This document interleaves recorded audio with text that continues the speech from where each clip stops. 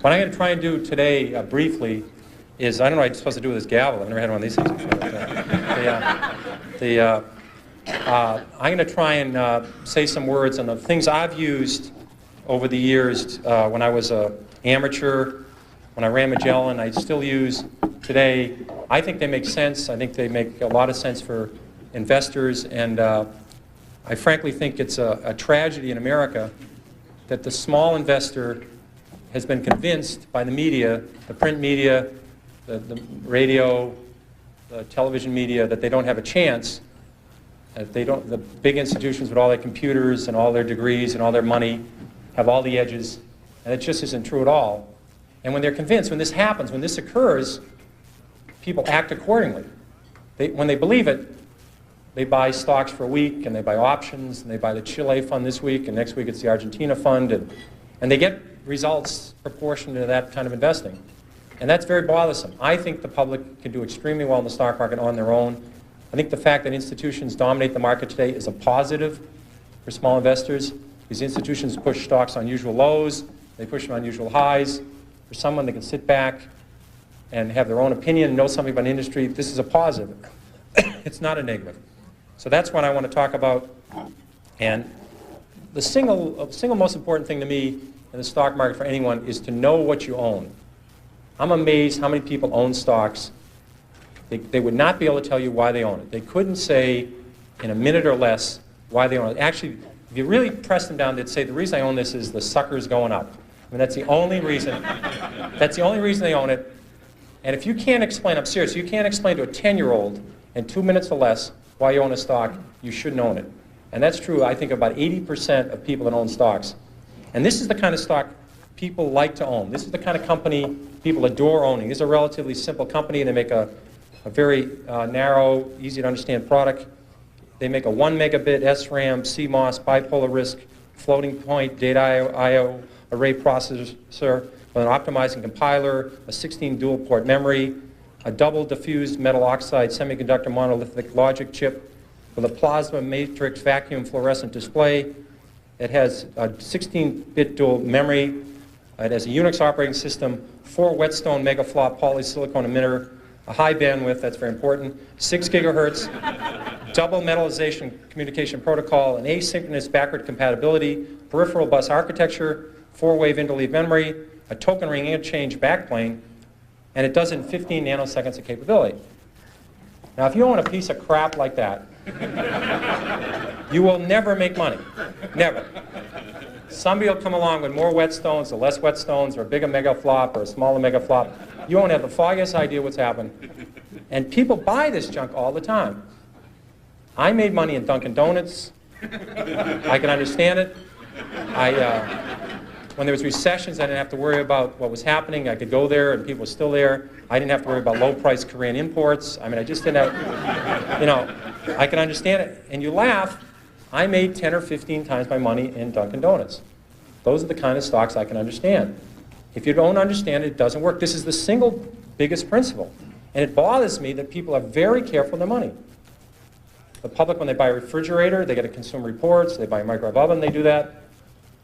They ask people what's the best kind of radar range or what kind of car to buy. They do research on apartments.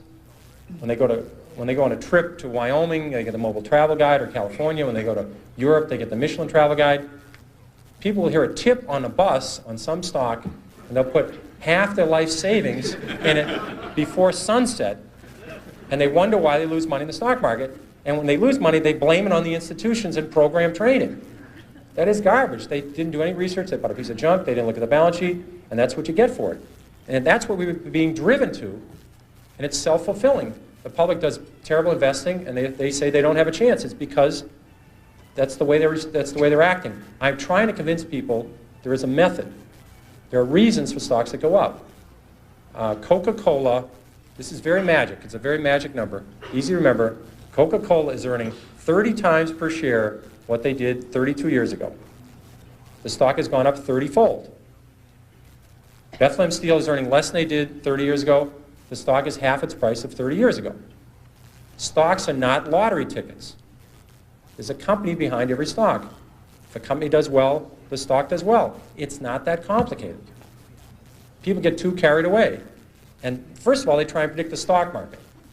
That is a total waste of time. No one can predict the stock market. They try to predict interest rates. I mean, if anybody would predict interest rates right 3 times in a row, they'd be a billionaire. Considering there's not that many billionaires on the planet, it's very, I had logic, so I had a syllogism and studied these when I was at Boston College.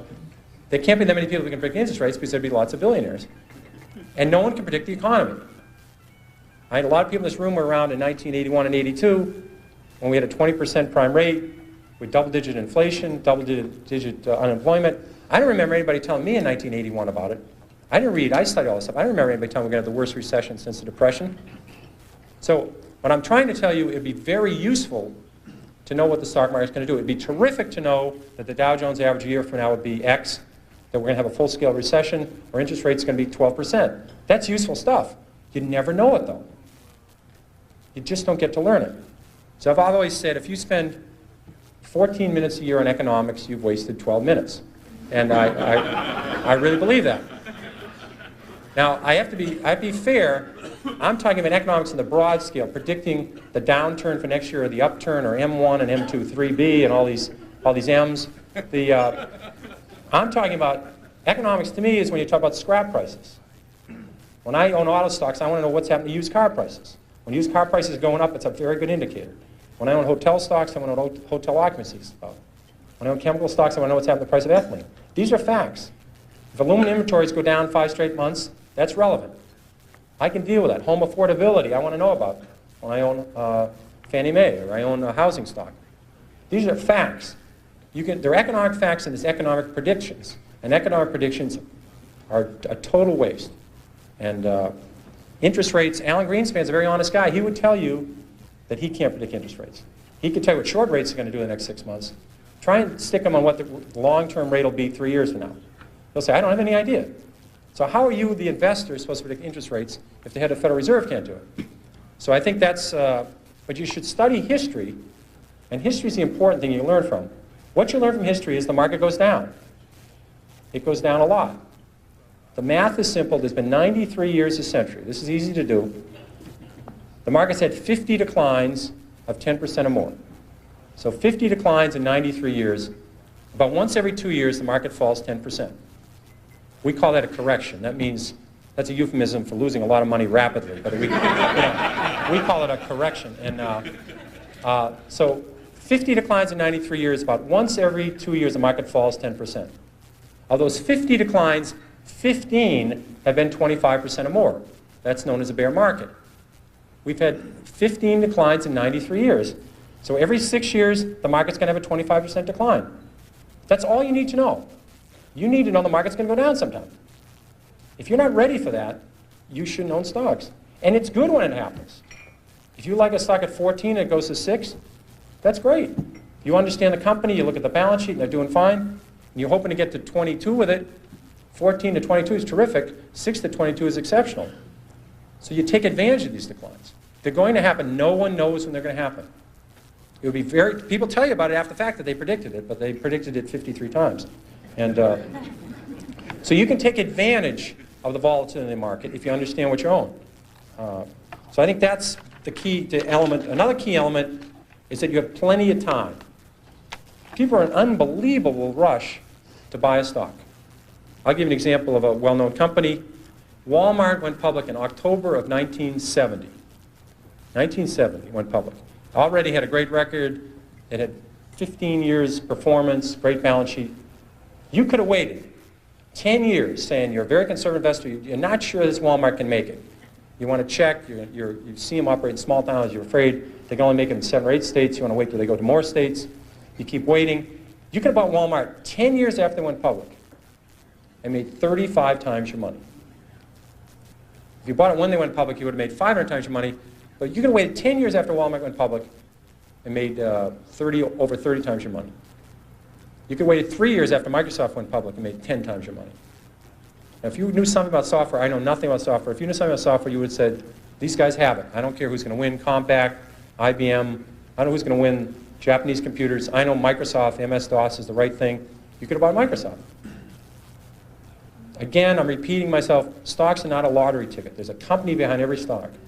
And you can just watch it. You have plenty of time. People are in an amazing rush to purchase a security. They're out of breath when they call up. You don't need to do this. It's you need an edge to make money, too. People have incredible edges, and they throw them away. I'll give you a quick example of SmithKline. This is a stock that had Tagamet. Now, you didn't have to buy SmithKline when Tagamet was doing clinical trials. You didn't have to buy SmithKline when Tagamet was talked about in the New England Journal of Medicine or the British version, Lancet. You could have bought SmithKline when Tagamet first came out, a year after it came out. Let's say your spouse, your mother, your father, you were a nurse, you were a druggist, you're writing all these prescriptions. Tagamet was doing an amazing job of curing ulcers, and it was a wonderful pill for the company because if you just stopped taking it, the ulcer came back. See, it would have been a crummy product if you took it for $1 and it went away. But it was a great product for the company. But you could have bought it 2 years after the product was on the market and made 5 or 6 times your money. I mean, all the druggists, all the nurses, all the people, millions of people saw this product.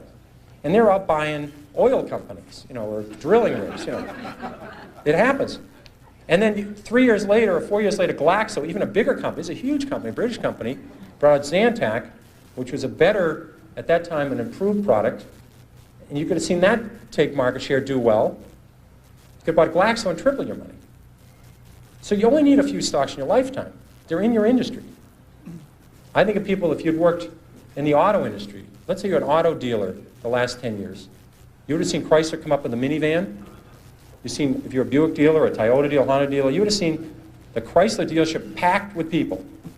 You could have made 10 times your money on Chrysler a year after the minivan came out. Ford introduced the Taurus Sable, the most successful line of cars in the last 20 years. Ford went up 7-fold on the Taurus Sable. So if you're a car dealer, you only need to buy a few stocks every decade. When your lifetime's over, you don't need a lot of 5-baggers to make a lot of money starting with $10,000 or $5,000. So in your own industry, you're going to see a lot of stocks, and that's what bothers me. There are good stocks out there looking for you, and people just aren't listening, and they're just not watching it. And they have incredible edges. People have big edges over me. They work in the aluminum industry. I see aluminum industries coming down, inventories coming down 6 straight months. They see demand improving.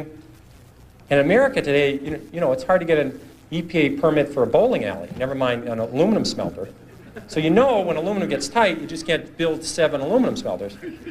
So when you see this coming, you can say, wait a second, I can make some money. When an industry goes from terrible to mediocre, the stock goes north. When it goes from mediocre to good, the stock goes north. And it goes from good to terrific, the stock goes north.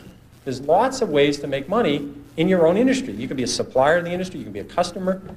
This thing happens in the paper industry, it happens in the steel industry.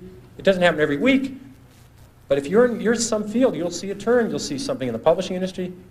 These things come along, and it's just mind-boggling, people throw it away.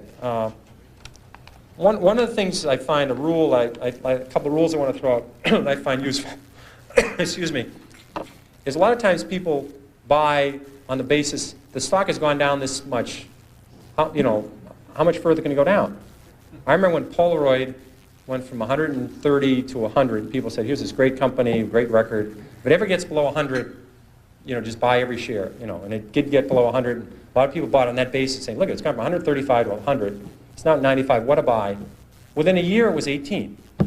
And this is a company with no debt. I mean, this is a company that was just so overpriced, it went down. I did the same thing in my, I think my first or second year of Fidelity. Kaiser Industries had gone from $26 a share to 16. I said, how much lower can it go? It's 16. So I think we bought one of the biggest blocks ever on the American Stock Exchange of Kaiser Industries at 14. I said, it's gone from 26 to 16. How much lower can it go? Well, at 10, I called my mother and said, Mom, you got to look at this Kaiser Industries. I mean, how much lower can it go? It's gone from 26 to 10.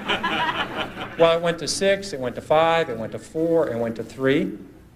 And now, fortunately, this happened rapidly, or I would probably be still caddying or working at the Stop and Shop, but it happened fast. So I was able to, it was compressed. And at 3, I figured out, there's something very wrong here because Kaiser Industries owns 40% of Kaiser Steel, they own 40% of Kaiser Aluminum, they own 32% of Kaiser Cement, they own Kaiser Broadcasting, they own Kaiser Sand and Gravel, Kaiser Engineers. they owned Jeep, they owned business after business, and they had no debt. Now, I learned this very early. This might be a breakthrough for some people. It's very hard to go bankrupt if you don't have any debt. It's tricky. Some people can approach that. It's a real achievement. But they had no debt, and the whole company at 3 was selling at about $75 million. At that point, it was equal to buying one Boeing 747. I said, there's something wrong with this company selling for $75 million. I was a little premature at 16, but I said, everything's fine, and eventually this will work out. And what they did is they gave away all their shares to their shareholders. They passed out shares in Kaiser Cement, they passed out shares in Kaiser Aluminum, they passed out their public shares in Kaiser Steel, they sold all the other businesses, and you get about $50 a share. But if you didn't understand the company, if you're just buying on the fact the stock had gone from 26 to 16, and then it went to 10, what would you do when it went to 9? What would you do when it went to 8? What would you do when it went to 7? This is the problem that people have, is they sell stocks because they didn't know why they bought it, then it went down, and they don't know what to do now. Do you flip a coin? Do you walk around the block? You know, what do you do? Psychiatrists haven't worked so far. I've never seen them running in. The Psychological Psychiatry Fund I've never seen listed for with the SEC to make it through as a mutual fund. So they haven't seemed to help. I've tried prayer. That hasn't worked. So if you don't understand the company, you have this problem when they go down. Eventually, they always come back. This one doesn't work either. People think RCA just about got back to its 1929 high when General Electric took it over. A lot of double knits never came back. Remember those beauties? Floppy disks, Western Union. The list goes on and on. People saying it'll come back. Well, it doesn't have to come back. Here's another one you hear all the time. It's $3. How much can I lose? I've had people call me up saying, I'm thinking of buying this stock at 3. How much can I lose? Well, again, you may need a piece of paper for this, but if you put if you put $20,000 in a stock at 50, or your neighbor put $20,000 at 50 into the stock, and you put $20,000 in at 3, and it goes to 0, you lose exactly the same amount of money, everything. And people say it's 3. How much can I lose? Well, if you put $1 million on it, you can lose $1 million. Just the fact that stock, this may be a reason to research a stock. The fact that stock is 3 down from 100 doesn't mean you should buy it. And in fact, short sellers, people that really make money in stocks, they don't short Walmart, they don't short Home Depot, they don't short the great companies, Johnson & Johnson. They short stocks down from 80 to 7. They'd like to short it at 16 or 22, but they figured out at 7 that this company is going to go to 0. They just haven't blown taps on this thing yet. It's going to 0. And they're selling it short at 7, they're selling it short at 6, at 5, at 4, at 3, at 2, at 1 1/4. And you know to sell something short, you need a buyer. Somebody has to buy the damn thing. And you wonder, who's buying this thing? It's these people saying it's 3. How much lower can it go? You know, now, here's a subject that you probably all talked about. Getting close. Getting close. All right, we'll drop that one out. It's getting very close, so everybody has to go somewhere. So the important thing is you can't get too attached to a stock. You have to understand there's a company behind it. You can't treat this like your grandchildren. No, you have to deal with the stock and say, I understand the company, and if it deteriorates, if the fundamentals slip, you have to say goodbye to it. If one rule you want to remember is the stock does not know you own it. This is a breakthrough. So don't get, you have to understand it and say they're doing well, and as long as they keep doing well, my best stocks have been my 5th, 6th, 7th year I own them, not my 5th, 6th, 7th day. So you have to understand that and stay with it. And then I'll switch through to my long shots. Avoid long shots. I bought about 30 long shots in my life. I've never broken even on one. The ones that are really bad are what we call whisper stocks. And if Arthur Levitt was here, he'd appreciate these stories. But these are the times that somebody calls you up and say, hi, Peter, how's Carolyn, how are the kids? And I'd like to talk to you about International Blivet. And what they have in this company is very good earnings. Earnings going to be very, they're going to be big, small. This $3, $1 a share. And they keep whispering, and they say, what are you talking about? I don't understand it. And these are, now, either they're so surrounded by people that are going to run out and buy this stock because it's so exciting, or they think the SEC is listening in, they'll get a shorter term. They'll get 6 months in the camp rather than 2 years in the camp. But whisper stocks don't work. And then I want to conclude with there's always something to worry about. If you own stocks, there's always something to worry about. You can't get away from it. What happens in the 50s, people were worried about, the only reason we got out of the Depression was World War II. We got another recession in the early 50s. They said we're going to go right back into a depression.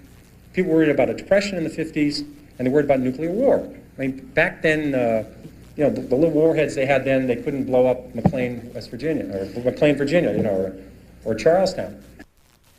Now, all these countries that end in STAN, there's 9 of these STAN countries that have come out of Russia. They all have enough warheads to blow the world up, and no one worries about it. When I was a kid, people were building fallout shelters, and we used to have this civil defense drill. Remember this one in high school? You get under your desk. I never thought even then that was a particularly good thing to do. You know, they'd blow whistles, somebody put on a hat, we'd all get under our desk, you know. But in the 50s, people wouldn't buy stocks, except for the 80s. The 50s was the best decade this century of the stock market. And people wouldn't buy stocks in the 50s because they're worried about nuclear war and they're worried about depression. Then people, remember when oil went from 4 to 40 and it was going to go to 100 and we're going to have a depression? Remember that one? Well, about 3 years later, the same experts, now higher paid, oil's now at 10, and they said it was going to go to 4 and we're going to have a depression. And then the Japanese, remember how the Japanese were going to own the world? Remember that one? And that we're going to have a depression? And then about 2 years later, we're all worried about Japan collapsing. And this is the most absurd thing I've ever heard. There's a company with a 20% savings rate, incredible workforce, incredible productivity, and people are saying we're going to have a depression because Japan's going to collapse. And they had, you know, on their prayer list, they lowered Mother Teresa and crippled children, and they were praying for Japan at night. You know, it's unbelievable. I mean, the LDC debt. Remember the LDC debt? Remember that one? All these countries, all Chase had lent their net worth to Brazil, Chile, Peru, and all these other countries, and so and all the other countries. And LD said they were not going to pay it back, and we're going to have a depression. It always ends and we're going to have a depression. Or the Great Depression. We're going to have the Great Depression. I never could quite understand that adjective in front of depression, but the Great Depression, or the big one. The big one's coming. But all these countries, and now I understand, you know, these are called then they were called less developed countries. Now, we used to call them underdeveloped countries. Those are all wrong terms. Those are not politically correct. You have to call these emerging countries. You can't use less developed or underdeveloped because that's, in fact, the other day I heard the politically correct term for somebody that's overweight is laterally challenged. That's so there's always something to worry about, and the key organ in your body in the stock market is your stomach. It's not the brain. If you can add 8 and 8 and get reasonably close to 16, that's the only level of math you need to know.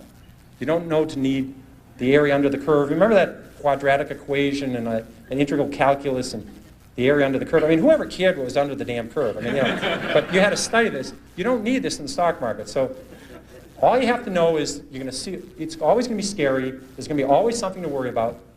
And you just have to forget all about it. Cut it all out and own good companies or own turnarounds. Study them and you'll do well. And that's all there is, and I'm ready for questions. Okay, thank you very much.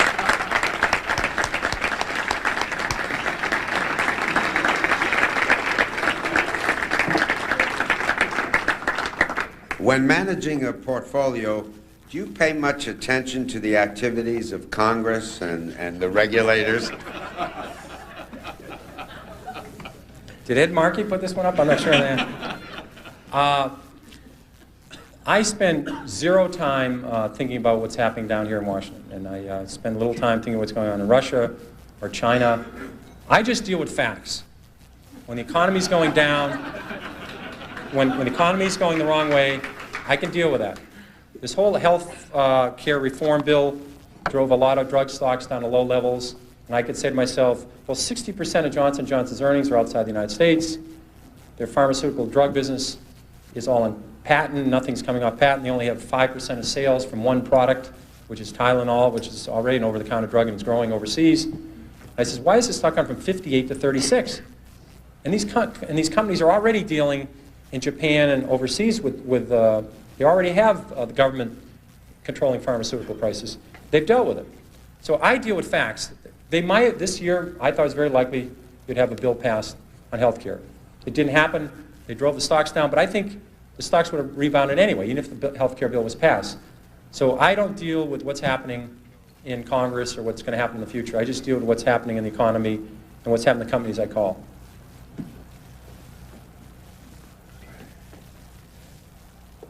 Thank you. How useful is the financial reporting in the general daily press to you, and how useful should it be to investors in general? Okay. It has improved dramatically, not just in the press, but also company reporting. 10 years ago, companies didn't have interim balance sheets. It's hard to imagine. They only gave their balance sheet to you once a year. Now they show you quarterly what's happening in their inventories, what's happening in receivables. And now in the major newspapers, they'll even show types of funds. They're now, I think there's 2,500 companies in the New York Stock Exchange. There's over 5,000 different mutual funds. So there's twice as many mutual funds as there are stocks. At least in the paper day, explains what kind of fund this fund is. So I think reporting has improved. They report earnings. But again, I think if you own auto stocks, you shouldn't be reading the financial part of the newspaper. On Wednesday, the local newspaper, Tuesday some places, or on Saturday, they have a whole 4 pages on automobiles. And they talk about new models. And they say this one stinks and this one's outstanding. They really, if you own auto stocks, that's the part of the newspaper you should be in. You shouldn't be calling your broker 4 times a day to get stock quotes. It doesn't work. Getting up in the morning to look to see how your stock did yesterday is not useful. All this stuff is just a waste of time. If you're adding up how much your stocks are worth, absolute waste of time. You should be looking at the company when you get the quarterly reports. You should be, if you're at the mall, imagine if you were in the retailing industry, or if you're in the restaurant industry, you would have seen Taco Bell, you would have seen McDonald's, you would have seen Toys R Us. I mean, you would have seen all these companies do terrifically well. You would have seen Bombay, you would have seen Tandy with Radio Shack, and you would have seen Radio Shack roll across the country, and pretty soon there were 25 Radio Shacks in every major city, and you said, there's not much room for them to go. But they had a 20-year great run. That's what you're dealing with. You're not dealing with the minutia of today. You're dealing, what's this company doing 2 years, 3 years, 4 years, 5 years from now? And if you're dealing with a cyclical and business is turning around, you wait for signs that business is slowing down. And when you see it, you move on to something else. Are you concerned about the volatility in the financial markets today? Do you think something needs to be done to reduce it? I love volatility. I remember when in 1972 the market went from down dramatically, and Taco Bell went from 14 to 1. They had no debt. They never had a restaurant close. And I started buying at 7, but I kept on to it, and it went to 1. And it was the largest position in Magellan in 1978 when it was bought out by $42 by Pepsi-Cola. And I think it would have gone to 400 if they didn't buy it out. I think volatility is terrific. I think these callers are very important. I don't think the market going up 80 points one day and down 80 the next is a good thing for the public. I think that's not a very good thing. But I think all of these callers and all these other things, to keep the volatility down each day is important. But the market's going to go up and down. Human nature hasn't changed a lot in 25,000 years.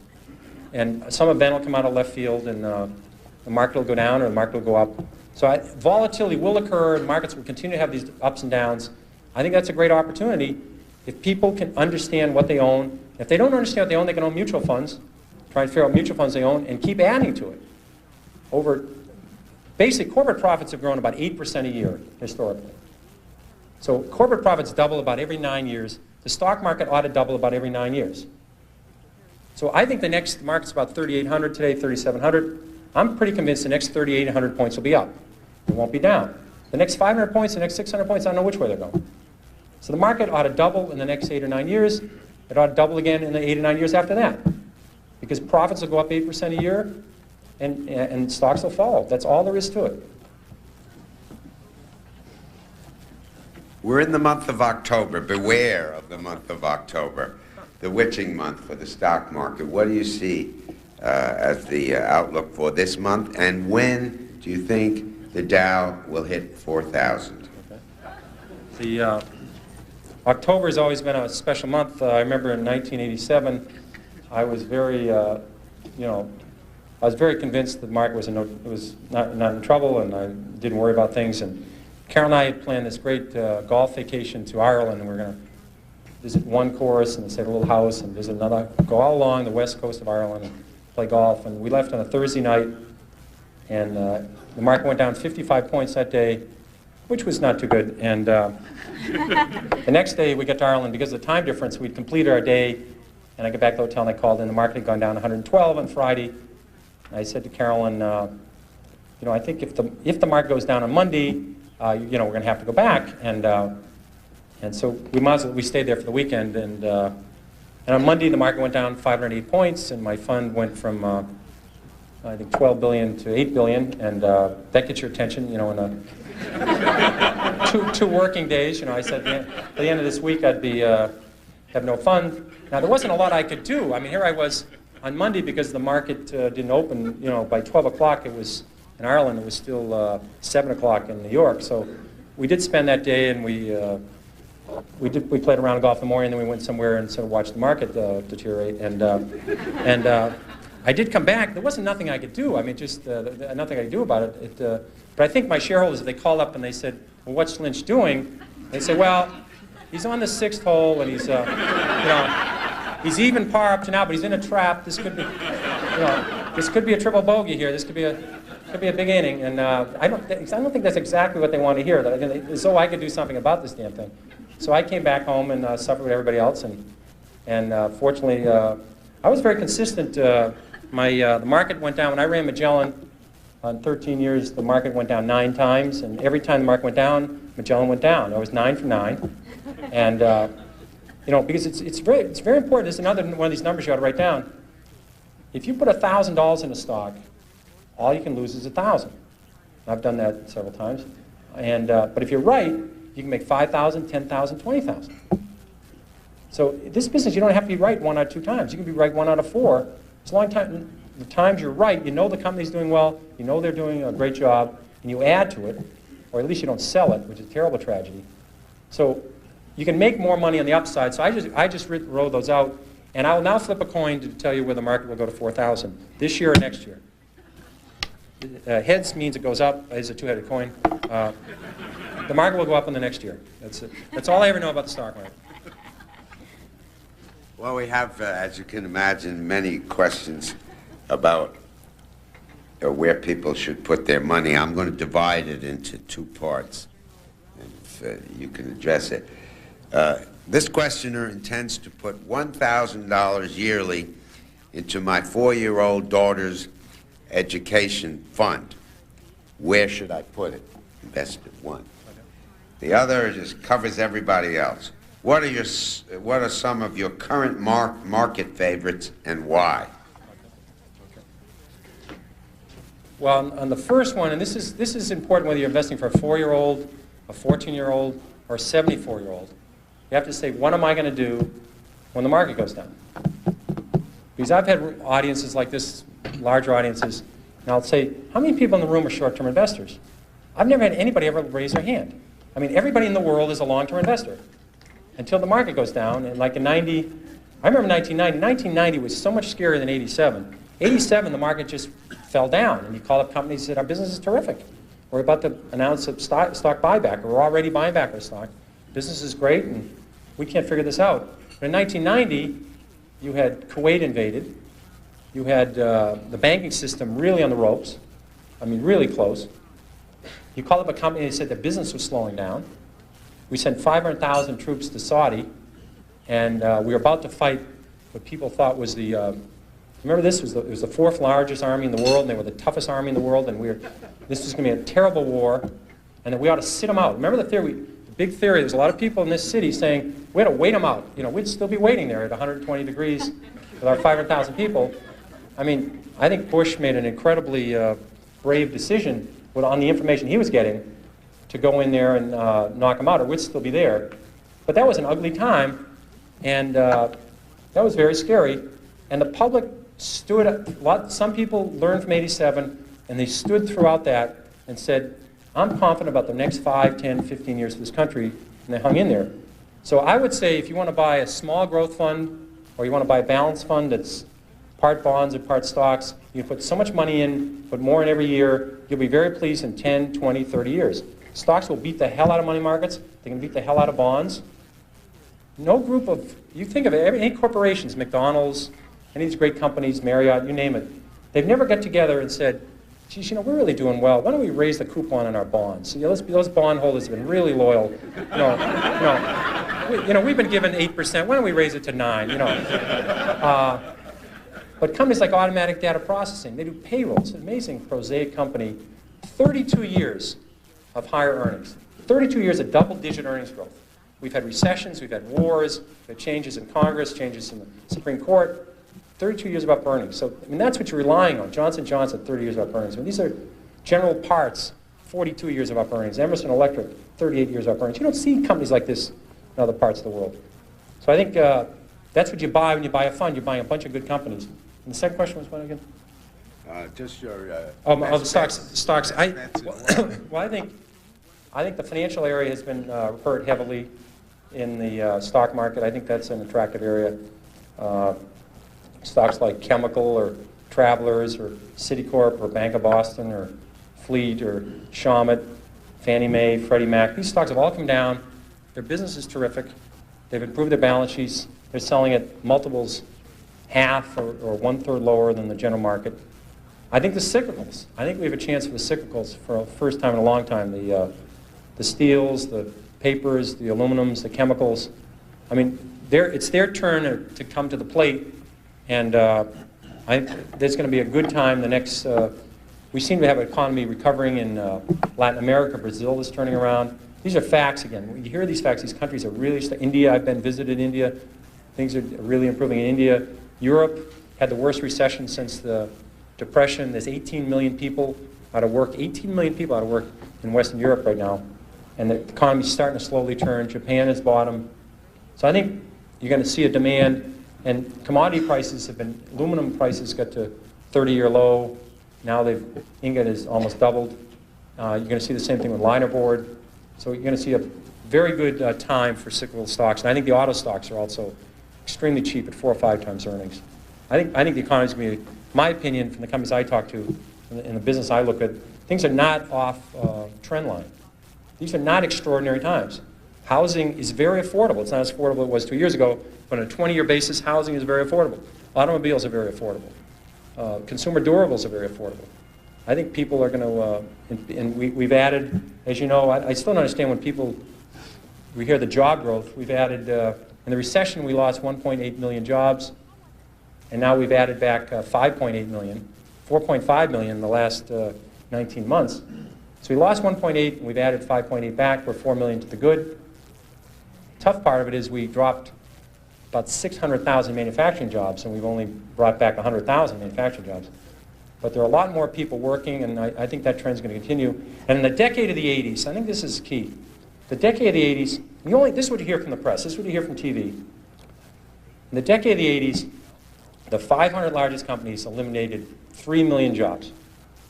3 million jobs. But there was 2.1 million businesses started in the 1980s. And if they just have 10 people each, that's 21 million jobs. This is an incredible job machine we have in America. So that's what happened in the 80s. These 2.1 million businesses created all the jobs. And the decade of the 90s, the top 500 companies are going to eliminate another 3 million people. And all you ever hear about is Company X lays off 5,000 people in Hartford, and Company Y lays off 5,000 people in Rochester, and somebody doesn't buy a sofa in Scottsdale, Arizona, because they're reading their newspaper about another layoff in the Northeast. I mean, that's the nature. These companies have to do it to stay competitive. That's our business. And we've had, in the last 2.5 years, been a phenomenal, this has been a great thing for our country. We've had 1,750 companies come public. They've raised over $100 billion. There's only 2,500 companies in your stock exchange. 1,750 companies is a lot. They're going to put this into research and development. They're going to put it into more plant, more efficient equipment. This is a fantastic thing for these companies.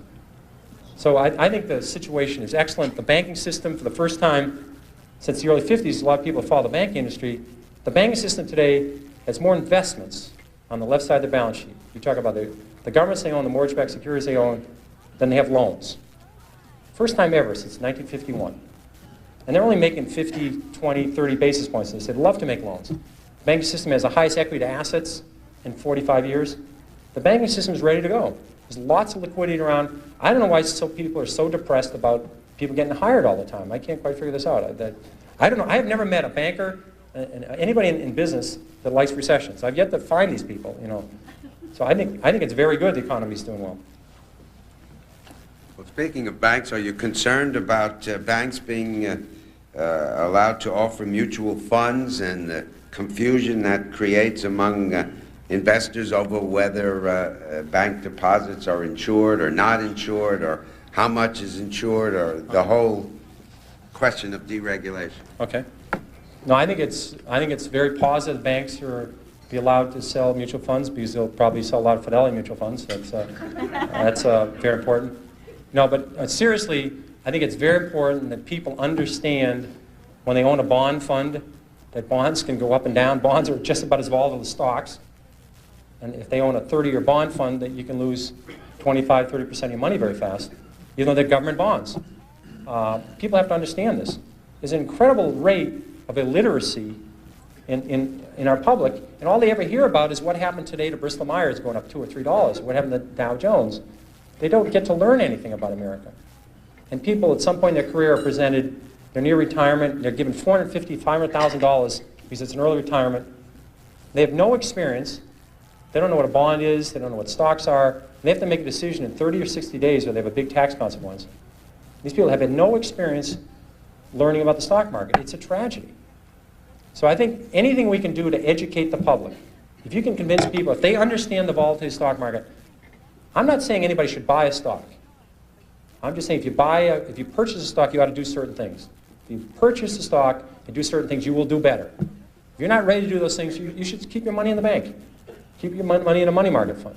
Some people aren't willing to do the homework. They don't have the stomach for it. They should stay out.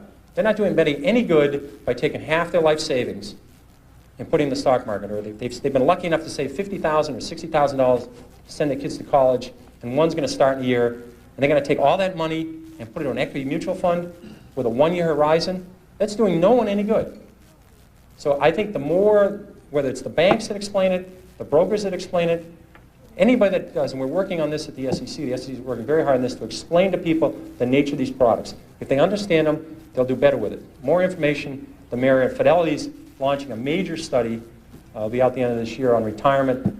We've interviewed over 1,600 people, over 300 experts. We're going to put a major study on trying to explain to people about nature of retirement and how they can best understand how they should invest their assets. We're not going to mention Fidelity at all, of course. It may be subliminal in it, but we're trying to help. And the more we can do this, and there's been an incredible push by the SEC to do this, and I think it's a very positive element.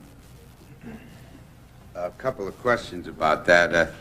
What do you think of the SEC's proposal to require mutual funds to adopt a quantitative rating scale for riskiness, number one? And what effect do you feel that the new shareholder rights proposals for more open disclosure and communication are having on companies and the markets? Okay. On the second one, I'm not too familiar with the first one. On the second one, I think you have to be careful in crossing the bridge on how much we get involved in managing companies. I think there should be disclosure of what people are getting paid. There should be disclosure of how many shares they own. But I don't think we should be deciding whether they should make this acquisition or whether they should expand this plant. When you get too involved in running a company, it's very complex. And a lot of great companies have made a lot of decisions you haven't heard about because they decided not to do something. Some of the best decisions they didn't do was to not do something. And if they're under all this pressure from shareholders of what to do and what not to do, they're going to take their eye off the ball, and they're not going to be able to run the business. And companies are doing well because the companies do well, look out 5, 6, 7 years, and some of the decisions they make may not be the right thing for the next year. The more and more we concentrate on what they're doing and we keep commenting on as outsiders, it's going to be run by an enormous committee, and we'll get committee results. So I don't think that's going to help anybody. But disclosure of relevant facts, of how many options people have, or the options at the market, what they're being paid, I think that's important, how many shares they own, what the company's doing. I think they used to not have a letter. I mean, it's not that recently that you have comments by the chief executive at the stop and hand report. They never used to have to make that. There's a letter saying what happened. I mean, it really is a very valuable piece of information. You don't realize this company spent a lot of time on this. This is a very serious document. I think it's very helpful to shareholders. The quarterly shareholder reports are excellent. And also, I've stressed, everybody in America can get a hold of a company. It's not Fidelity and Putnam and Dreyfus. You can get a hold of a company if you own 100 shares. You can call a company, somebody will talk to you about it. People don't take advantage of that. These companies are willing to talk. On this quantitative and qualitative risk ratings, I think if it could be done, I think it might be positive. I'm a little confused on it. I'm not that up to date on it. But I think people should understand that certain stock funds, emerging growth funds that invest in companies that have 50 million or sales and very small are much more volatile than when you're buying major quality blue chip growth companies, and that long-term bonds are more valuable than medium-term bonds, which are more volatile than one-year bonds. I think these are things that should be explained to people. People should get a manual like you get at Howard Johnson's. Well, before we run out of time, and for Mr. Johnson's benefit, several people in the audience ask, how do you view Fannie Mae's stock and options today? Okay. Well, I think I'd broaden it to Freddie Mac, too. I think both of these companies, have a great business, and I always look at the stock market. I think of it more, if people study chess, this would be not a good game to study for the stock market, because in chess, an outstanding player will beat a good player 1,000 times in a row. Everything's in front of you, all the moves are known, it's all technique. In poker or in bridge, there's a lot of uncertainties, there's a lot of things you don't know. You can play a hand exactly right and lose. You say, but I played it right, if I do it again over a night, over a month, I'll do it. That's the stock market. The stock market is much closer to poker than it is to than any other game. And I think that's what's the important thing to know. And what the hell was the question? Fannie Mae. Fannie Mae has been sort of like a 27-card stud poker game, over 12 years. Cards keep getting turned over, like we're not doing so well in Houston, and this is 10 or 12 years ago, and with these 5% downs that a lot of people had in mortgages, and people moved there for jobs, and they brought their spouse along there, and the job left, they had no ties to those communities, and they left, or in Oklahoma or in Alaska. So when that card turned over, it was kind of ugly. And then they were losing $1 million a day. That was easy to remember. That wasn't too pleasant. And what they finally figured out was, we have a very good business, we're extremely low cost, and if we can match our liabilities and our assets, make a very small spread, but we have very low costs, we can have a pretty good business. And then a card would come over, like real estate prices started to go down in California. They started to go down in the Northeast. And then you had to say, well, I better keep checking to see what foreclosures will be like. And you must own, that doesn't own any Fannie Mae. But so anyway, so all these things, if you keep watching the story, every year you get a chance to buy this again. Something will come up. People were worried that rates were going to go down. So the stock went down because rates are going down. And then now interest rates going up, the stock's going down because interest rates going up. And Freddie Mac and Fannie Mae are still doing great. And I think they're going to be terrific stocks. I mean, they're not going to quadruple, but I think they're about 25% undervalued now, and I think they'll be good stocks to own for 5 years. It's my pleasure, Mr. Lynch, to present you with a Press Club mug and a certificate of appreciation before I ask the final question. Uh-oh.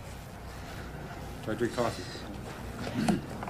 Here's a fella has a problem. He says, well, if the real secret of your success is following your daughters to the shopping mall for stock tips, what do we bachelors do?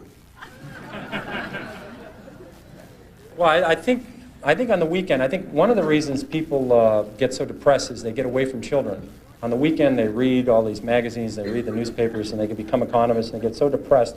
I mean, they're bullish if they take their lunch to work on Monday, And I think you need to rent a 12-year-old on the weekend, just to, because they don't know about the problem of the ozone layer disappearing and all the problems of, all these terrible things that we think about all the time, you get so depressed about, and how second basemen and shortstops that are getting paid $4 million and they can't throw it to first base on a bounce, So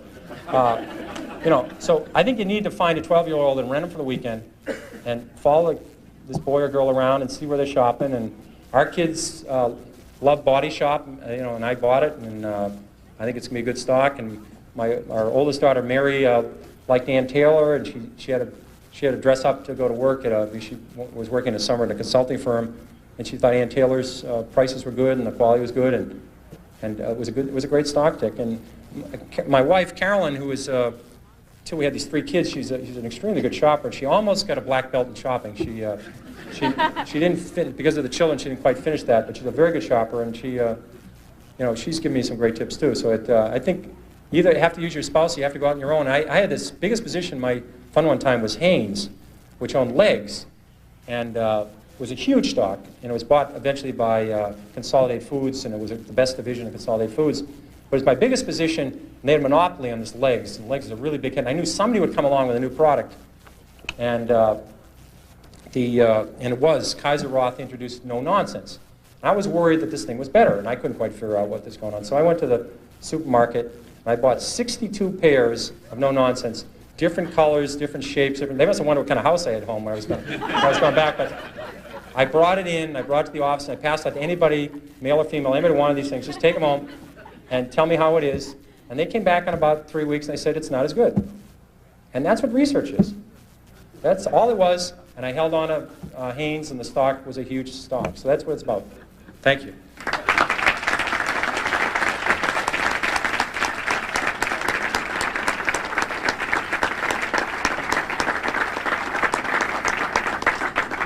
Thank you, Mr. Lynch, and thank you all for being with us.